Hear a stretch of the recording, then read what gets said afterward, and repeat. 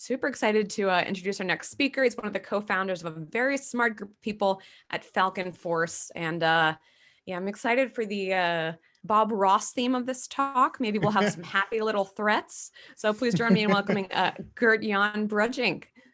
Gert-jan, take it away. Thank you so much. Thank you so much. Well, first of all, the meme Katie was referring to is something that you can find in my Slack channel. Obviously, the question there is, do I, I take my work very seriously, but oftentimes I don't take myself very seriously. Our work is serious enough, and sometimes we just need to have some humor to lighten our mood. Well, anyway, welcome everyone. Certainly happy that you've decided to join me for, let's say, 30 minutes. Today we're going to be doing some painting. So pull up your easy chair and relax. If you like, grab a couple of brushes and pencils in case the creative juices start flowing during the presentation.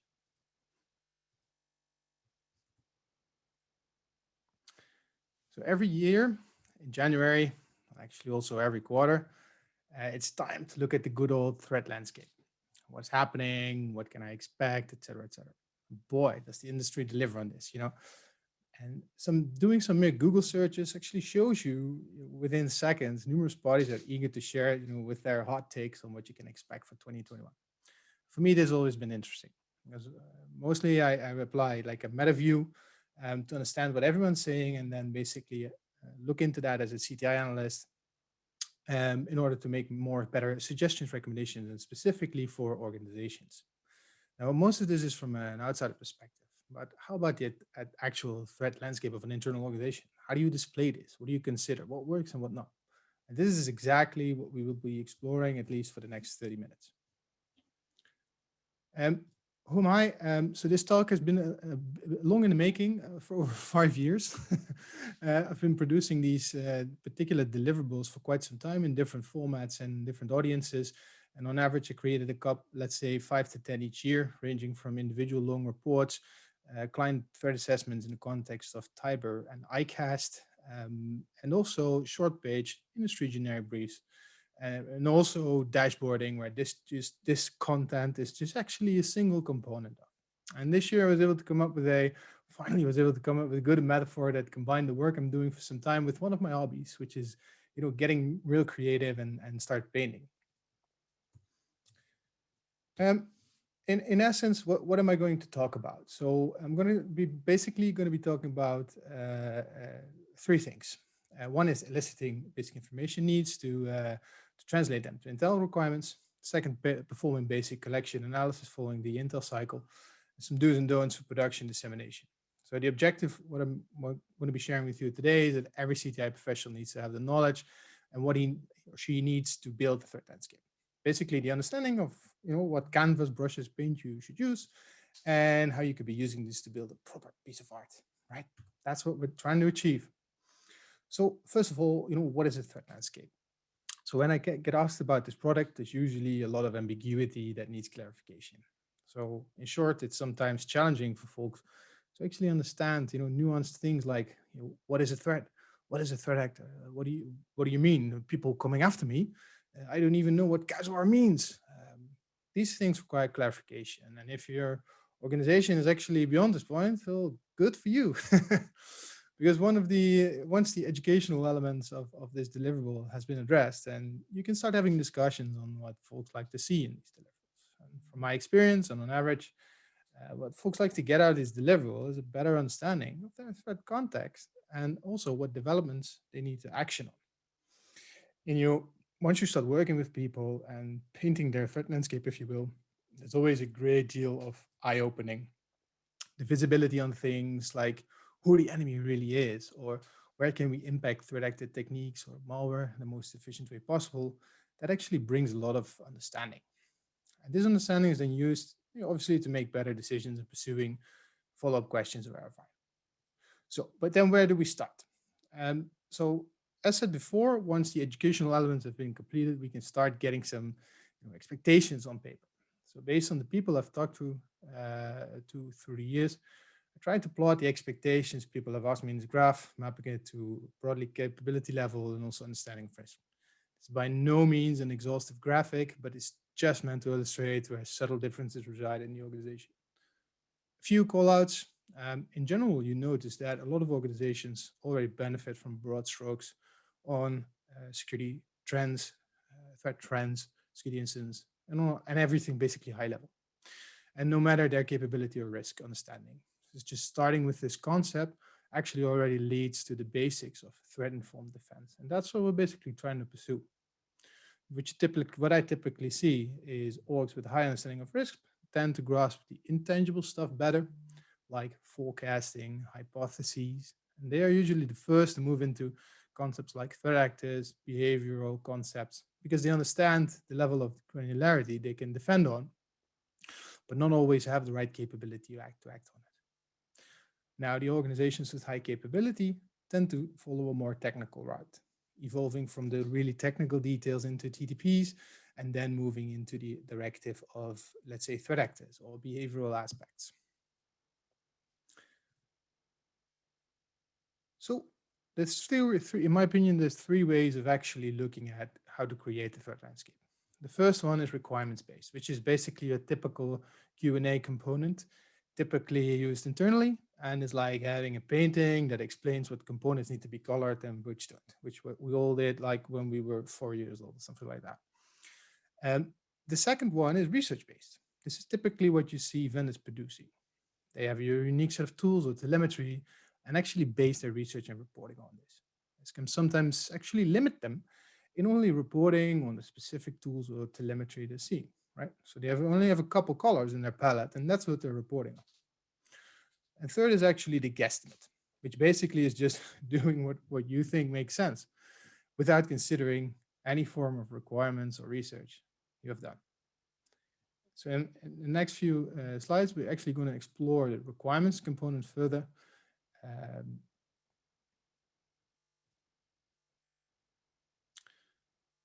And also, today, tomorrow as well, you're probably going to see a lot of reference to this little cycle, the intelligence cycle. I will not be going through this a lot, but basically, when you start building these threat landscapes, you actually intuitively follow this cycle. And I will actually, instead of just going through the steps, I will just go through what I basically use, how I use it. And you will kind of notice that the people who really love the Intel cycle and fundamentally get it, they will see the references. So let's get crazy. So first, where do we start? Obviously, stakeholders. That's, in my opinion, the first thing you want to do. You want to start with stakeholders, understand who's important, what do these people need to understand from the threat landscape deliverable. And despite this easy little matrix, which you can use to map stakeholders in your organization, my actually key takeaway on stakeholders is you might need to start with a consultative sales approach.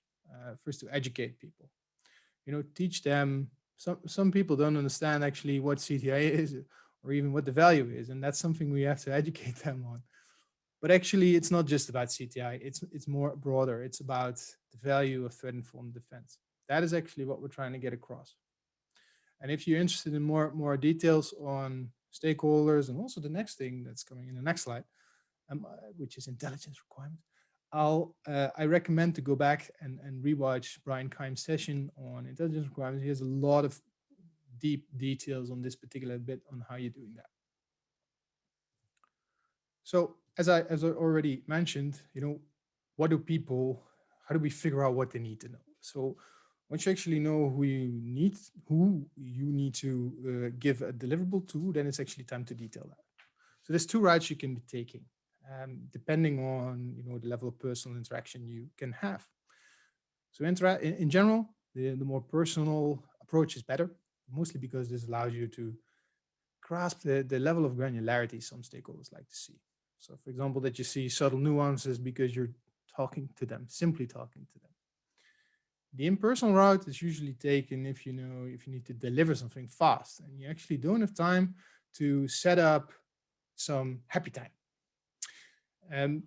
My key takeaway on this topic is actually that it works really well to just interview stakeholders before the interview, send them a questionnaire, have it filled in that you have something to talk about, and discuss the specific afterwards.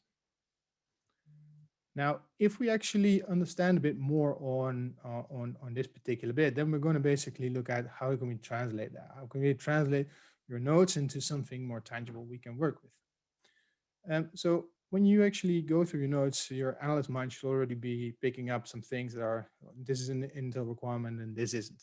And the easy way to get started with this whole show is simply grab something like Excel and start breaking that down.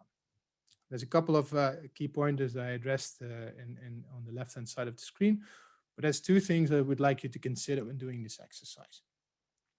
First of all, phrase the needs correctly and validate them afterwards with the stakeholder.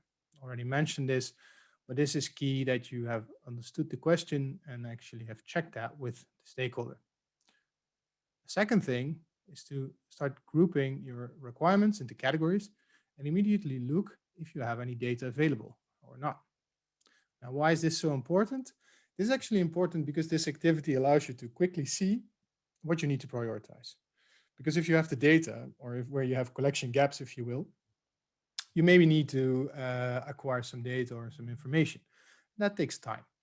So that is something, if you already start prioritizing, that can help you in going faster into these particular requirements. Now, I've noted down some examples, which I get asked often when building these kind of deliverables. There's just 6 of them, but there's obviously plenty, and is obviously related to the specific situation of the client or whatsoever. So these are just, this is by no means an exhaustive list. It's just meant to illustrate what people ask me most of this time. The top thing I get asked most is understanding threats to their company. The challenge I usually have there is defining what is a threat actually. That's I think one of the biggest challenges I have in that. And another thing I see popping up more and more over the years is actually topics related to ransomware. People get that more often, they understand it, and they also understand that how does the ransomware model work, and can we prepare accordingly for that? So the thing I'm reporting on then could be how to disrupt new ransomware operations using some specific techniques, but also looking at, for example, their dropper model to see if you can disrupt that. There could be some economic takes in that. So my key takeaway actually here is that it's great to understand requirements at any point in time, but it's more important to actually be ready for change. So it could even change after you've delivered your threat landscape. And this is also why the personal approach gives you better long-term success. Get in touch with your stakeholders and stay in touch with your stakeholders. So once you actually understand what you should be drawing, then you should be looking into formatting. And so over the years, giving CTI training, I always emphasized substance is more important than form. And now when it comes to threat landscapes, thinking about form early on is actually very important. And this allows you to have conversations on what the end product will actually look like. Because it's usually very difficult for stakeholders to comprehend what a threat landscape actually is. By being able to show something, you can already align on expectations very early on. And like a true painter, you already want to be sketching things, right? So if you're thinking about dashboarding, you just want to monitor the peaks of the mountains for subtle changes or avalanches, or maybe an RFI coming in to understand that happy little tree, or maybe a short page brief on show me the developments to that particular lake and its inhabitants. And finally, maybe they want to have a full long page report threat landscape, understanding everything there is to it.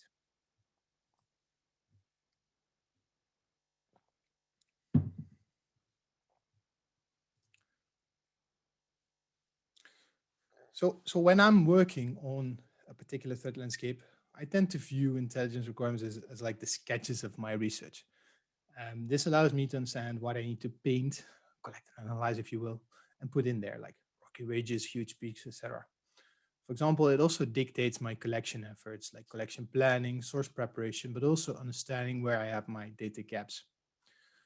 In addition, it also helps me prioritize my analysis because I have a better understanding of where the broader picture needs to go to, and also how that fits into the larger situation. And now there's a couple of things you need to think of when you have done the research. I'm not going to go through exactly how you can, do the collection and analysis. There's a lot of talks today and tomorrow on this particular bit. This is merely to illustrate that there's intelligence requirements, there's collection and analysis you have to do, and there's things coming out of that. And in the middle, there's all sorts of stuff we're going to discuss with on this conference today. But one thing that is important is using assessments in your landscape. So an important note on assessments. So from my experience, non-CTI savvy stakeholders don't immediately get what to make of these specific sentence constructs, right? We probably all seen that. So it's important to actually first educate how they can use this dealing with uncertainty. There's an example sentence construct you can use on your slide. Yeah, my key takeaway basically is doing assessments is actually really important. They are an underestimated piece of the threat landscape because sometimes they just get stripped because of making space. It's true story, always happens. And what I think is really cool is, first of all, it deals with uncertainty, it deals with what is coming ahead. And one of the things we started doing a couple of years back is actually sitting together with the team and do a yearly review of the assessments we've made, benchmarking them and seeing how well we fared. This is unfortunately something we haven't been able to do for every year in terms of that. This requires your team to be together and all sorts of stuff. But I can recommend everyone to basically start going back, maybe at the beginning of the year or the end of the year, go back to all of their assessments, check how basically everyone is fared, benchmark it. And that allows you to also understand what materialized and what not, and it even opens up for gamification options, if you will.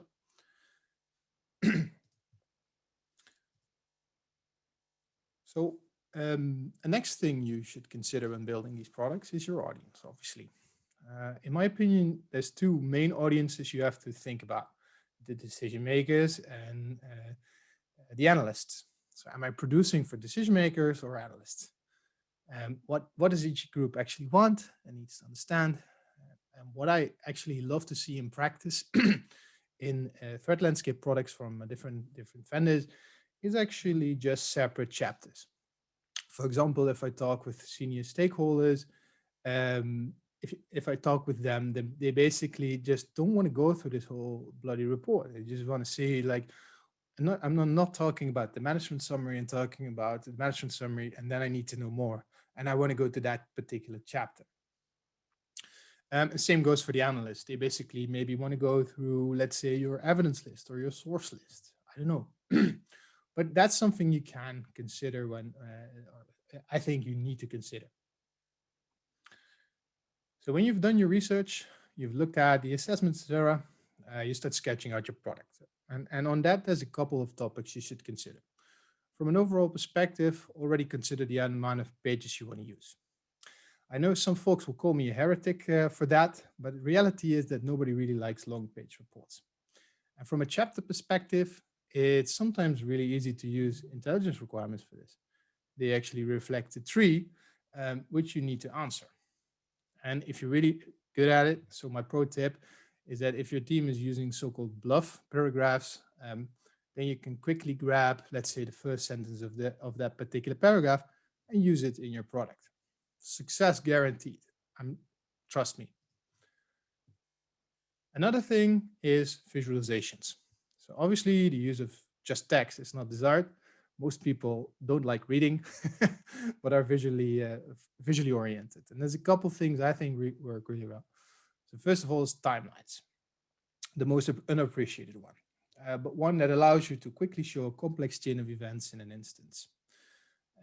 A second one is flows or flowcharts, logical chaining of events. This allows you to, for example, detail attack scenarios very efficiently. This is what we're, for example, also internally using to just make a flow. And thirdly, a comparison. Some data visualization tools allow you to make simple but yet complex overlapping visuals. And that's something I really like. In my opinion, a graph that just shows me one data set is not enough. I'd like to see it compared to something else because it tells me so much more. And in this particular example, you see the overlap in techniques used per threat actor. And finally, the good old table, our friend in difficult times. A good table actually always works. In my opinion, it works. Enough said. Use it. Now, for interactive elements, this is a separate discussion. So we regularly see the technical interaction, right? For example, using a common taxonomy, reference to a certain framework, or maybe even markup language. And more examples actually are, sharing data separately or feeding it to something like MISP or the attack navigator. I think that those are all cool things, and that's something we as an industry are really good at. What we tend to underestimate is the practical interaction. A lot of folks actually still love a paper version. This is something I've totally underestimated in the last few years. And actually, with that being said, there's also a lot of options you can explore when having a paper version. For example, having a cutout in your threat landscape that allows your stakeholders to actually share that again with their stakeholders, right? And finally, obviously, the verbal briefing. The one thing that scares some CTI analysts shitless is talking with humans. I think this is actually a key component, which always, no matter what, should be done. If done correctly, this is a force multiplier. It allows you to bring across your message correctly. And obviously you need to discuss in your team if a certain individual is better in this, in delivering, let's say, a message verbally than on paper. But in my experience, giving a verbal briefing on a threat landscape is a force multiplier.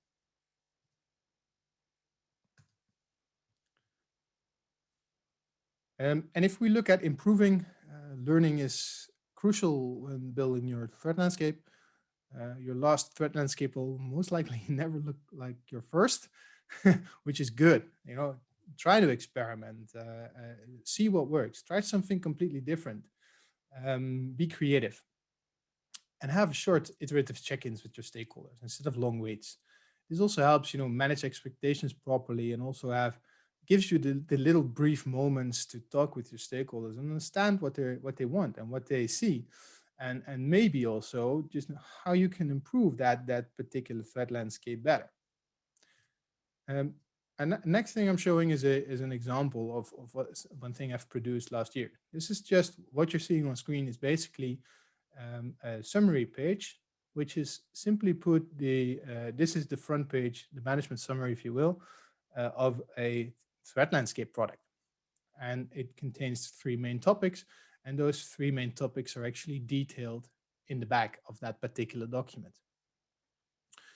The structure is based on the intelligence requirements. We've made both physical and digital versions of that thing that allowed us to distribute it digitally, but also physically. And one thing I thought was really cool is that they could cut it out and then share it with their stakeholders. And in the back of that particular page, we added, let's say, a notes page where people could actually make some notes to say, hey, this is how it works for us. And that actually worked pretty well, that's more on the form side and how you get the message across and how that resonates with the people. Now, the bullets, obviously, active voice, to the point, no bullshit, just make it to the point. And this is what I'd like to see. And then if I have more questions, I go into the report itself and I see the details coming after that. So now I'm going to go through a couple of do's and also don'ts and wrap it up, basically. So if we look at don'ts for these kind of products, the most important thing is that thought or fear, uncertainty, and doubt actually doesn't work. It doesn't work in threat landscape. It doesn't work in general, but that's a different story. But it doesn't specifically work in threat landscapes because this is about, we don't want to understand what is terrible. We want to understand what we can do about it. Understand it. And on the second part, actually, what can we do about it? And the second thing is And this is actually an issue I'm seeing with a lot of vendor reports, or not an issue, but just a small comment, is the exaggeration of the role of advanced persistent threats versus commodity crimeware or cybercrime in general. Um, and please don't call me a heretic on this, but what I'm trying to say with this particular topic is that we sometimes only talk about the named groups, where there are more activity groups or more important things that affect a whole lot of people more. And I think that nuance gets sometimes lost in the weeds. And that is something I think should be addressed and should be prevented. The nuance should be there. And finally, the indicators of compromise are that, we don't want indicators of compromise. We want to have TTPs. Oh, wait, that is connected to each other, right? So what I'm basically trying to say here is that people want to see how it's connected to everything. If they understand it on a high level, then they understand that they need to think about threat actors, that they use techniques. And based on that, they will basically deploy indicators of compromise when they have their compromises. And that the level of abstraction or granularity, that is something that needs to be addressed all the time. Education is needed there. Now, some success tips. Less is more, and to be honest, more is for the analysts. I've mentioned this before. Think about the form. Think about the amount of pages. It is something that isn't something that you usually consider when building an Intel product, but this is the harsh reality of the people we're dealing with. They don't have a lot of time. They just want to go through things fast. Second thing, people love threat actors and want to use them, and I recommend to use that and actually use that narrative as well to in your product. But the reality is, don't go all overboard and build crazy attack matrices. Just use scorecards. Simple scorecards over long page details. That always works better. And then you can also make people who are very big fans, for example, of things like MISP or shareable details in there as well. and the final thing, expect follow-up questions. So if you're basically working on your own threat landscape for the organization or for your organization, and your clients or your stakeholders want to talk about, let's say, ransomware operations targeting a particular vertical they're working in. Maybe they could also be interested in other verticals that are related to their organization. That's actually a follow-up question you can think of yourself. And I think you should think about these questions yourself, and then try to add them in and maybe even answer them. If you don't add them in, at least consider them as a follow-up, maybe Intel requirement or RFI, and then you can prepare yourself or your team accordingly.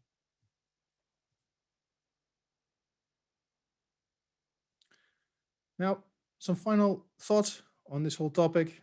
I love the creativity that painting brings me.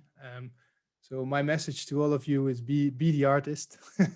Use your own creativity, to display content in different ways. Keep stakeholders engaged. I think that is a key thing.